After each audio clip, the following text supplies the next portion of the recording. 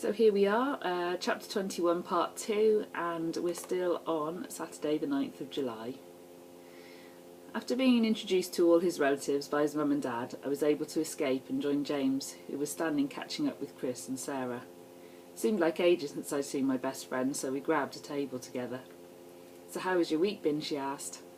"Fabulous. You'll never believe it, but James took me straight from the dance to a posh hotel near Blackpool. We stayed there until Tuesday morning." "And?" she pushed gently. I leaned in closer and whispered.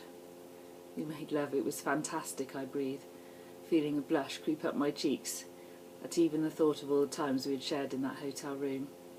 "What about you and Chris?" "Well, he walked me home after the dance and we kissed loads, and when he hasn't been at work we've been spending time together." "He's lovely," she replied. She looked dreamily over at Chris and he noticed and gave her a smile.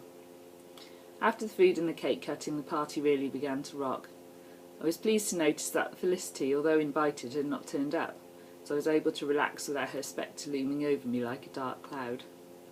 All of a sudden the music stopped and everyone turned to look at the DJ, but he seemed to have disappeared. James quickly tried the men's restroom and found him slumped over in one of the cubicles, throwing up. With some help from his dad and Chris, they managed to get him out and gave him a glass of water. But he was in no fit state to continue, so I went over. "I'll play the music," I said. "John showed me earlier how the equipment works, so I should be okay." "Oh, that's great, Steph. You're a lifesaver," James replied, squeezing my hand. Walking behind the decks, I took a few moments to familiarise myself with the layout and all the records to choose from, and then I got started. It felt fantastic to be so in control of a crowd as they laughed and cheered, and the dance floor filled up to overflowing.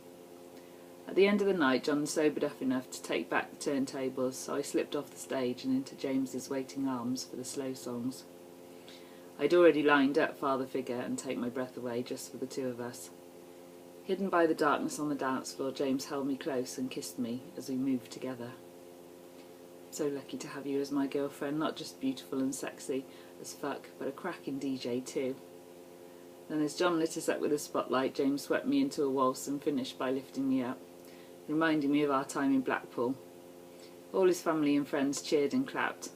As I came back down to earth, I looked into his eyes. "I love you," I said. "I love you too."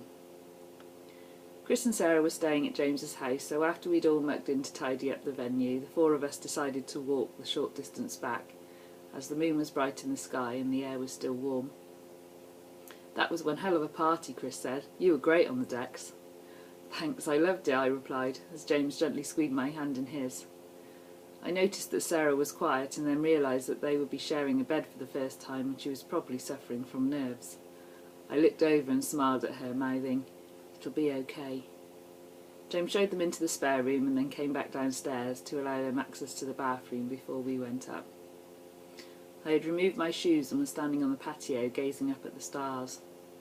"It's beautiful," I breathed as I felt his arms coil around my waist and he looked up into the sky. "Not as beautiful as you," he responded as he turned me around and his lips met mine in a kiss that literally left me gasping. "I have an idea," he said, grinning at me and then taking my hand in his as we wandered across the garden to where the fruit trees were near the bottom. And before I could complain, he gently started to undress me. My body glowed in the moonlight as I stood bold and naked in front of him. I unbuttoned his shirt and then removed his trousers to find the silk boxer shorts, which I slid down his legs. Lying on the soft grass, he trailed kisses over my body, making me shiver in delight as my body arched to meet his, and we came together.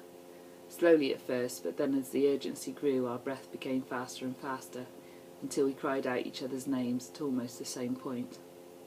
Our orgasms joined us together even stronger than before, as we lay in each other's arms and stared at the endless expanse of stars above us. "I would give you the world," he breathed.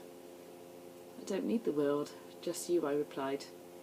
"Ooh, and a cup of hot chocolate," grinning at him before I started to gather together my clothes so he could dress before going back to the house. Before the spell was broken, James turned to me. "If you are ever lonely when we're apart, just look up at the stars. Know that I will be looking up at them too." His words were so beautiful that I had to gulp back the lump forming in my throat. How had I been this lucky to find him? I truly felt as if we were soulmates at that moment in the moonlit garden together. I reached for the tissues on the bedside table and let myself pry at the sentiments I had written 24 years ago, at the height of our passion. How the mighty fell, how my world had suddenly changed when the mirror splintered. I put the diary aside, but something kept drawing me back to it. So, that's the end of chapter 21. Once again, I hope you enjoyed it, and please feel free to obviously like it on YouTube, and then obviously share the video with your family and friends.